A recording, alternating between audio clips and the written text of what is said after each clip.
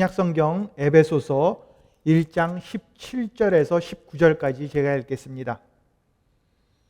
우리 주 예수 그리스도의 하나님 영광의 아버지께서 지혜와 계시의 영을 너희에게 주사 하나님을 알게 하시고 너희 마음의 눈을 밝히사 그의 부르심의 소망이 무엇이며 성도 안에서 그 기업의 영광의 풍성함이 무엇이며 그의 힘의 위력으로 역사하심을 따라 믿는 우리에게 베푸신 능력의 지극히 크심이 어떠한 것을 너희로 알게 하시기를 구하노라. 아멘. 신학대전이라는 그러한 책이 있습니다. 이 책은 너무나도 유명한 책인데 중세 최대의 철학자이고 또 신학자였던 토마스 아퀴나스라는 사람이 쓴 책입니다. 이 책의 이름을 보면 알 수 있듯이 신학 전체에 대해서 아주 체계적으로 잘 해설해 놓은 그런 책입니다. 그래서 후대에 이 책에 대해서 평가하기를 이 신학대전이라는 이 책은 일찍이 역사 속에서 쓰여졌던 것 중에서 가장 야심만만하고 가장 합리적이고 또 가장 위대한 신학서적이라고 그렇게 평가들을 합니다. 그런데 이 책에는 한 가지 일화가 있습니다. 이 토마스 아퀴나스가 그 당시에 모든 사람들에게 존경을 받는 아주 믿음이 좋은 그런 신학자였는데 자기가 이제 죽기 전에 자기가 알고 있는 모든 신학적인 지식을 총동원해서 이제 신학대전을 쓰고 있었습니다.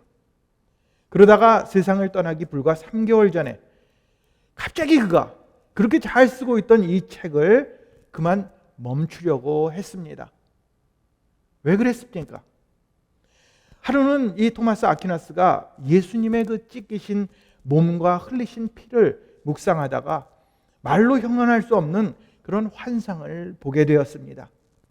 그리고 나서 그가 말하기를 나는 이제 더 이상 이 책을 쓸 수가 없습니다. 주님의 몸과 피를 보고 나서 그리고 나서 내 이 책을 보니 내가 쓴 글을 보니 그것은 한낱 지푸라기 같은 하찮은 것으로 여겨졌습니다. 우리는 이처럼 하나님에 대해서 알려고 하면 할수록 아무것도 모르게 됨을 저절로 고백하게 됩니다. 우리들이 하나님에 대해서 나는 이제 하나님에 대해서 좀 안다 이렇게 말을 하지만 실상은 하나님의 뜻, 하나님의 계획, 하나님의 그 역사심에 대해서 어떤 때는 이해하기가 정말 어렵습니다. 우리들의 그 제한된 지식 이것을 가지고 그 하나님의 복음의 역사, 그 복음의 진리를 깨닫는다는 것 이것은 사실상 불가능한 일입니다. 하나님이 이 세상을 이처럼 사랑하사 독생자를 우리를 위해 희생 제물로 내어주셨다라는 것, 하나님이 천지 만물을 지으시고 모든 것을 알고 계시고 전능하시다라는 그 사실들을 우리가 어떻게 깨달을 수 있고 우리의 말로 설명할 수 있겠습니까? 하지만 하나님께서는 우리들이 이 복음의 진리를 그저 그냥 모르고 그냥 덮어놓고 믿는 것을 원하고 계시지 않습니다. 그래서 사도 바울은 17절에 우리 주 예수 그리스도의 하나님 영광의 아버지께서 지혜와 계시의 영을 너희에게 주사 하나님을 알게 하시고 라고 말씀하고 계십니다. 하나님은 우리들이 하나님을 더욱더 잘 알기를 원하고 계십니다. 그리고 여기서 계시란 말은 하나님 자신을 스스로 우리에게 이렇게 알려주신다라는 그러한 뜻입니다. 그렇기 때문에 우리는 이제 하나님의 영을 통해서 지혜와 통찰력을 얻게 되고 그제야 비로소 하나님을 깨닫게 되는 것입니다. 지난주에 우리들이 보기 위해 기도한다. 우리들이 기도하는 이유 중에 하나가 보기 위해서, 영적인 눈을 뜨기 위해서라고 그렇게 배웠습니다. 우리들이 세상 것에는 아주 시력이 좋은데 하나님의 것, 영적인 것에는 눈이 어두운 소경과도 같습니다. 그렇기 때문에 하나님은 이제 우리들이 우리의 마음의 눈을 밝혀 정확하게 보기를 원하고 계시는 것입니다. 그렇다면 우리는 우리의 영적 눈 왜 밝아져야 합니까? 또 마음의 눈이 밝아지면 우리는 무엇을 알게 되고 무엇을 깨닫게 됩니까?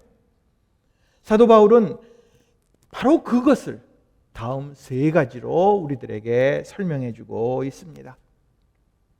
첫 번째로 우리는 부르심의 소망을 깨달아야 합니다. 본문 18절 상반절 말씀을 보면 너희 마음의 눈을 밝히사 그의 부르심의 소망이 무엇이며 라고 기록하고 있습니다. 여기 나오는 이 부르심이라는 말은 지금이 아닙니다. 이미 과거에 우리를 불러주셨음을 말합니다. 우리는 전에 하나님을 알지 못하고 아무런 소망도 없이 그렇게 살았던 사람들이었습니다. 그런데 하나님이 우리를 사랑하셔서 우리를 불러주시고 또 하나님의 영, 성령으로 확증시켜 주심으로 이제 우리는 하나님의 자녀가 이미 되었습니다. 그런데 여기서 그치는 것이 아닙니다. 하나님께서 우리를 불러주심과 동시에 이제 그 이후로 앞으로는 미래를 향하여 확실한 소망, 뭔가 기대할 만한 것을 갖도록 그렇게 만들어 주셨습니다. 과거에 한번 우리를 불러주시고 내가 너희 불렀지? 이것으로 끝난 것이 아니라 그 이후로 미래를 향하여 소망을 가지고 살도록 하신 것입니다. 제가 미국에 처음 올 때 제 나이가 27이었습니다. 물론 유학으로 왔지만 제 나름대로는 한국에서 이제까지 살았던 모든 것들을 다 내려놓고 그렇게 왔습니다. 함께 있던 모든 식구들, 친구들, 그리고 내가 살고 있던 한국이라는 나라의 모든 것을 이제 다 내려놓고 말이 다르고 문화와 삶의 모습 모든 것이 다른 미국이라는 나라로 떠나겠다고 결단한 것입니다. 이것은 쉽지 않은 결정이었지만 하나님께서 저에게 이제 미국을 가서 공부하라 이렇게 명령하실 때에는 반드시 기대할 만한 그 무엇인가가 있었기 때문에 저는 그것을 뒤로 하고 올 수 있었습니다. 친구들 다 헤어졌습니다. 익숙하던 것 다 버렸습니다. 그렇지만 이곳에 오면 여기에서 공부를 하면 더 나은 미래가 있을 것이라는 그런 소망이 내 안에 있었기 때문에 미국에 온 것입니다. 바로 오늘 본문에서 표현된 부르심의 소망이라는 것이 바로 이런 것들을 말합니다. 제가 한국에서 그렇게 결단을 하고 이제 제 아내하고 저 둘이서 그리고 가방 2개 딱 들고 미국에 온 지가 34년이 되었습니다. 처음 와서는 아무것도 없었고 어떻게 해야 할지도 잘 몰랐지만 지난 세월을 돌아보면 하나님의 신실하심은 저를 실망시키셨던 적이 한 번도 없었습니다. 아무것도 모르고 왔지만 이곳에서 내가 원하는 대로 공부를 했고 또 목사가 되었고 또 자녀를 낳아서 그 자녀가 또 결혼을 하고 자녀를 낳았습니다. 하나님께서는 저를 부르신 그 순간부터 지금까지 계속해서 소망으로 이끌어 주셨던 것입니다. 그렇다고 해서 언제나 좋은 일만 있었던 것은 아닙니다. 너무 힘들어서 그리고 못할 것 같아서 이제 다 포기하고 한국으로 돌아가고 싶은 그런 마음도 있었습니다. 경제적으로 어려운 때도 분명히 있었습니다. 그러나 그런 순간마다 하나님은 그 부르심의 소망을 내 마음속에 계속해서 품게 하셔서 저는 그저 그 하나님의 소망을 붙들고 앞으로 달려갔던 것입니다. 우리는 이것을 알아야 합니다. 우리들의 눈이 밝아지면 하나님을 바라보게 됩니다. 그래서 가장 먼저 나와 같은 이런 죄인을 나를 과거에 불러주신 하나님의 은혜에 감사할 수 있게 됩니다. 그리고 그뿐만이 아니라 이제 앞으로 미래에 있을 그 소망을 향해 달려가게 되는 것입니다. 지금은 아직 부족한 모습입니다. 또 그리고 우리 앞에 이제 어떤 일이 닥칠지 이것을 몰라서 늘 걱정을 합니다. 하지만 하나님의 부르심을 통해서 우리의 미래가 온전하게 될 것을 소망하면서 하루하루를 살아가게 되는 것입니다. 비록 우리들이 내일 일을 알지 못해서 늘 전전긍긍하고 걱정 근심합니다. 경제가 좋지 않습니다. 주식이 자꾸 떨어집니다. 그리고 물가가 자꾸 치솟는데 이런 것들을 보면서 마음이 자꾸 움츠려집니다. 이제 은퇴하면 어떻게 살 것인가? 걱정이 됩니다. 하지만 우리 성도들은 우리 안에 하나님께서 불러주신 그 소망이 있기 때문에 하나님 앞에 더 감사하며 기뻐하며 낙심하지 않는 것입니다.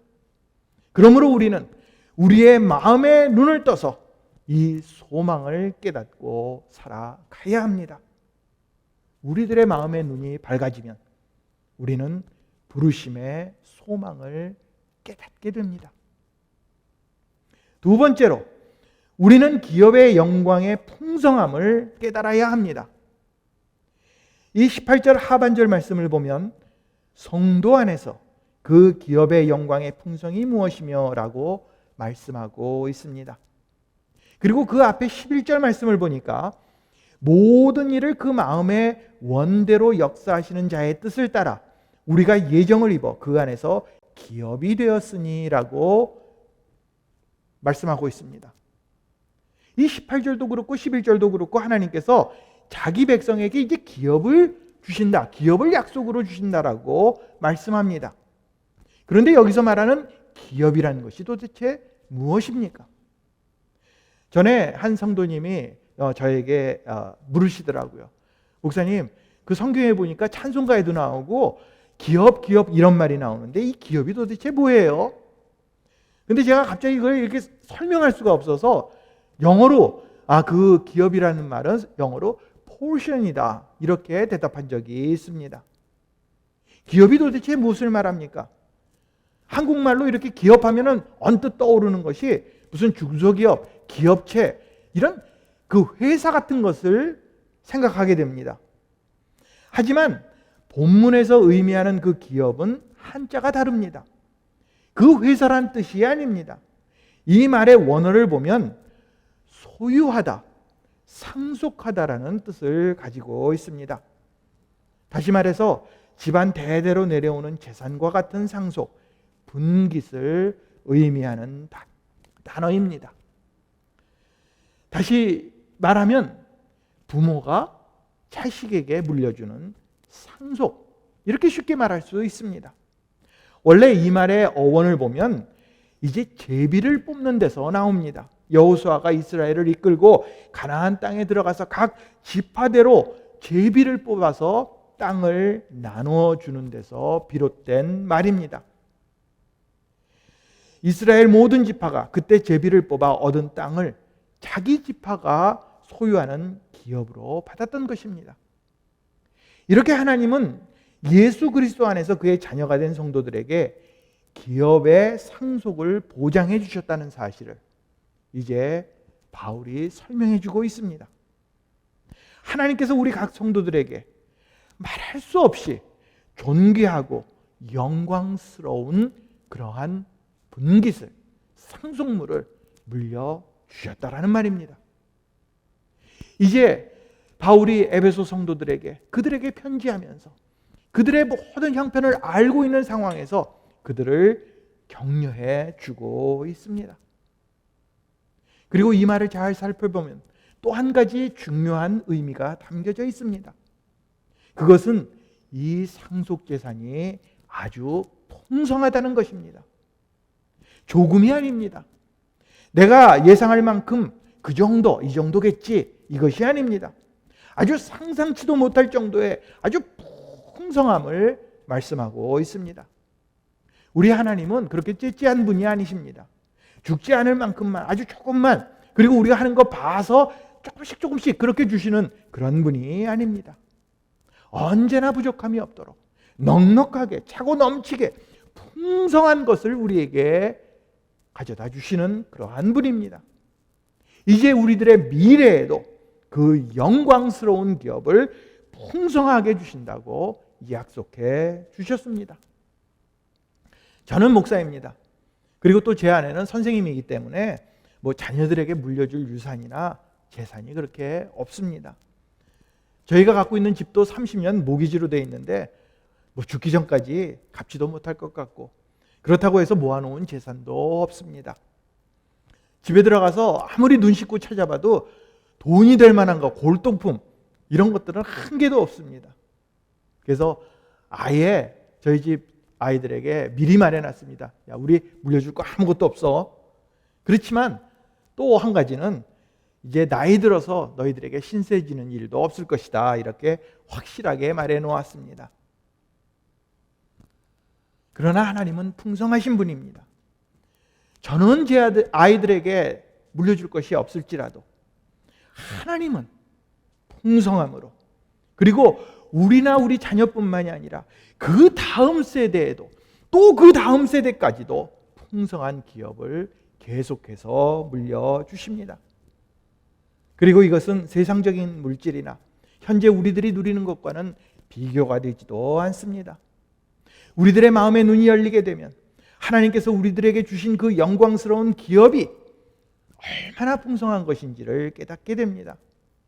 세상의 풍부함과는 차원이 다른, 이 세상이 주는 그 만족과는 다른 것으로 하나님께서는 채워주십니다. 우리들이 사는 세상에서는 이것을 가지면 또 저것을 가지고 싶습니다.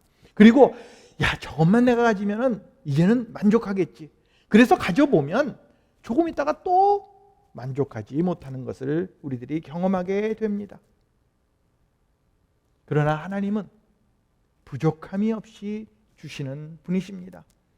이스라엘 백성이 광야에서 고생할 때 하나님은 하늘에서 만나를 내려 저들이 부족함이 없도록 그들의 필요를 따라 매일매일 채워주셨습니다.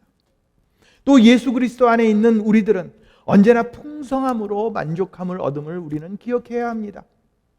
예수님께서 이제 들판에 있는 사람들을 불쌍히 여기시고 보리떡 5개와 물고기 2마리로 5,000명이 넘는 무리를 배불리 먹여주셨습니다. 그리고도 12광주리가 남았습니다. 이것은 세상적인 것과 차원이 다른 그러한 것입니다. 예수님께서는 영원히 목마르지 않는 생수를 주시는 분임을 우리는 알아야 합니다. 이렇게 하나님은 우리에게 기업을 약속해 주셨을 뿐만이 아니라 풍성함까지도 보장해 주셨습니다. 우리의 마음의 눈이 밝아지면 우리는 기업의 영광의 풍성함을 깨닫게 됩니다. 세 번째로, 우리는 베푸신 능력의 크심을 깨달아야 합니다. 우리들이 하나님의 지혜와 계시의 영을 통해서 우리들의 마음의 눈이 밝아지면 그 다음에 우리는 부르심의 소망을 깨닫게 되고 또 우리에게 주어질 그 기업의 영광의 풍성함을 깨닫게 됩니다. 그런데 이것이 우리가 똑똑해서 깨닫는 것이 아닙니다. 스스로 깨달을 수가 없습니다. 오직 하나님께서 베푸시는 크신 능력으로만 가능합니다. 19절 말씀을 보면 그의 힘의 강력으로 역사하심을 따라 믿는 우리에게 베푸신 능력의 지극히 크심이 어떤 것을 너희로 알게 하시기를 구하노라 하고 기록하고 있습니다. 제가 국민학교를 다니던 그때는 운동회를 1년에 딱 한 번 했습니다. 그런데 한 번은 제가 어떻게 하다가 이어달리기 선수로 뽑힌 적이 있습니다. 사실 저는 운동과는 거리가 먼 사람입니다. 그럼에도 선생님이 보니까 아주 제가 눈치 있게 잘 뛸 것처럼 그렇게 보였나 봅니다. 그래서 저를 뽑아주셨습니다. 그래서 이제 1번 주자, 2번 주자, 3번 주자, 4번 주자 이렇게 4명이 이어달리기를 하는데 제가 2번째 주자였습니다. 결과가 어떻게 됐겠습니까? 여러분들 잘 아실 것 같은데 첫 번째 주자는 아주 잘 뛰었어요. 그래가지고 거의 1등으로 바통을 저에게 주었습니다. 근데 제가 받자마자 열심히 뛰느라고 뛰었는데 결국 꼴찌로 쳐져버리고 말았습니다. 다행히 나중에 3번째, 4번째 주자가 만회를 해서 우리가 꼴찌는 면했지만 지금도 그때를 생각하면 너무나도 창피했던 기억이 납니다. 그것 때문인지는 모르겠지만 저는 어릴 때부터 스스로를 향해서 나는 운동 잘 못해 이런 마음을 늘 품고 자랐습니다. 물론 실제로 운동도 못하지만 그 운동에 대한 컴플렉스가 저에게는 늘 있었던 것입니다. 그리고 지금은 내 마음속에 내가 운동 잘 못한다, 약하다 그런 마음을 갖기보다는 나는 운동 못하는 대신 뭐 다른 걸 잘하는데 뭐 이렇게 스스로를 위안하면서 살아갑니다. 하지만 운동 잘하는 사람을 보면 부러운 것이 사실입니다. 이렇게 우리는 무엇에든지 대단한 능력을 갖기를 원합니다. 좀 노래도 좀 잘하고 운동도 잘하고 그림도 잘 그리고 리더십도 있고 공부도 잘하고 이런 사람이 되기를 원합니다. 그래서 세상은 강한 사람, 능력의 사람이 되기를 원하고 또 이렇게 되려고 노력들을 합니다. 하지만 그 강함이, 그 능력이라는 것은 제한된 인간의 능력일 수밖에는 없습니다. 그리고 그 노력에 의해서, 그 수고에 의해서 길러진 힘은 완벽한 힘을 제공해 주지는 못합니다. 오늘 본문은 그 에베소 교인들을 향한 사도 바울의 간절한 마음이 담겨 있습니다. 에베소 교인들은 예수 그리스도를 믿기 때문에 언제나 약한 사람들 속에 속해 있었습니다. 세상에서 성공한 사람들과는 동떨어진 그런 사람들, 예수님을 믿기 때문에 늘 숨어 다니는 그런 사람들, 한마디로 그들은 세상에 강한 사람들 속에서 약한 자로 살아가고 있었습니다. 바로 그런 그들에게 바울은 위로와 격려의 말씀을 해주고 있습니다. 지금 너희들이 약한 모습으로 살아가지만 우리들이 믿는 하나님이 얼마나 강한 분이신지, 그의 능력이 얼마나 큰지를 마음을 다해 깨달으라고, 마음의 눈을 열고 바라보라고 그렇게 말씀하고 있습니다. 여기서 말하는 힘의 강력이라는 것은 창조주 하나님으로부터 비롯된 것이고 또 그것을 통해 작동되는 초자연적인 힘을 뜻합니다. 그러므로 우리로서는 아무것도 할 수 없지만 모든 것을 가능케 하시는 하나님의 능력으로는 가능함을 뜻합니다. 영국의 유명한 설교가이신 그 존 스토트 목사님, 여러분들도 잘 아실 것입니다. 이분의 책 에베소 강해에 이 바로 오늘 에베소서 1장 17절에서 19절 말씀을 이렇게 설명하고 있습니다. 앞부분인 하나님의 부르심이 처음을 회고하고 있고 또 두 번째 부분인 하나님의 기업이 끝을 내다보는 것이라면 세 번째 나오는 하나님의 능력은 그 사이 기간 동안에 주어지는 것이다. 이것이 무엇을 의미합니까? 이제 우리들의 눈이 밝아지고 영적인 통찰력을 갖게 되어서 소망을 깨닫고 앞으로 받게 될 상속의 그 영광스러운 기업을 확신하게 되면 이제 오늘을 살아가면서 이 땅에서 하나님의 능력을 가지고 순간마다 내 힘이 아닌 하나님의 힘으로 하루하루를 살아갈 수 있게 된다는 그러한 말입니다. 우리는 우리의 의지나 능력으로 살아갈 수가 없습니다. 좀 더 솔직하게 이야기하면 하나님의 도움 없이는 우리가 감기 하나 걸리는 것, 독감 하나 걸리는 것도 어떻게 하지 못하고 꼼짝없이 알아놓는 것이 바로 우리들의 모습입니다. 그렇기 때문에 우리는 모든 힘의 원천이 하나님께로 있음을 우리는 깨달아야 합니다. 오늘 말씀에 나온 그대로 믿는 우리는 하나님에게서 공급되는 힘을 가지고 살아야 합니다. 하나님의 능력은 이렇게 하나님을 믿는 사람들에게 큰 능력이 됨을 믿으시기 바랍니다. 다윗이 블레셋의 장수 골리앗을 쓰러뜨릴 때 그가 믿은 것은 하나님의 능력이었습니다. 선지자 이사야도 오직 여호와를 앙망하는 자만이 독수리와 같은 새 힘을 얻는다고 고백하고 있습니다. 초대교회의 많은 성도들이 그들이 견디고 그 어려움 속에서도 신앙을 지킬 수 있었던 것은 하나님의 능력 때문이었습니다. 그렇다면 이제 우리도 우리의 힘으로 살아가는 것이 아니라 하나님께서 공급해 주시는 능력으로 살아가야 합니다. 그렇게 되면 우리는 그 부르심의 소망을, 그 정말 말로 다 할 수 없는 그 소망을 품고 또 장차 우리에게 주어질 영광스러운 기업을 향해 달려갈 수 있게 될 것입니다. 우리 마음의 눈이 밝아지면 우리는 베푸신 능력의 크심을 깨닫게 됩니다. 하나님께서는 우리들이 그저 막연하게 신앙생활을 하는 것을 원치 않으십니다.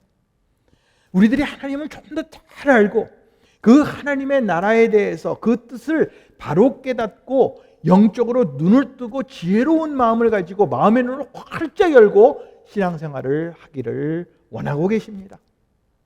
그러기 위해서 우리는 이제 영적 소경이 아니라 마음의 눈을 열고 눈을 활짝 뜨고 주님을 바라보아야 합니다. 이것은 이 땅에서 잘 살기 위한 것이 아닙니다. 평안한 삶 그리고 행복한 삶을 살기 위해서만이 아닙니다. 우리들이 영적으로 깨어서 이제 하나님을 기쁘시게 하는 삶을 살기 위해서입니다. 우리들이 지혜로 세상의 지식과 육신의 눈으로만은 이 하나님의 비밀을 깨달을 수가 없습니다. 그렇기 때문에 우리는 우리 마음의 눈을 밝혀달라고 하나님 앞에 끊임없이 간구해야 할 것입니다. 우리가 기도할 때 하나님은 우리의 마음의 눈을 밝혀주셔서 이제 하나님에 대한 소망, 미래에 대한 그 하나님의 그 기업의 영광의 풍성함, 그리고 또 우리를 향하신 그 하나님의 능력의 지극하심이 무엇인지를 깨닫게 해 주실 것입니다. 이렇게 우리들의 마음의 눈을 밝혀서 우리에게 주어진 소망과 풍부함과 능력을 통해 하나님 나라와 영광을 위해 살아가시는 저와 여러분들이 되시기를 주님의 이름으로 축원을 드립니다.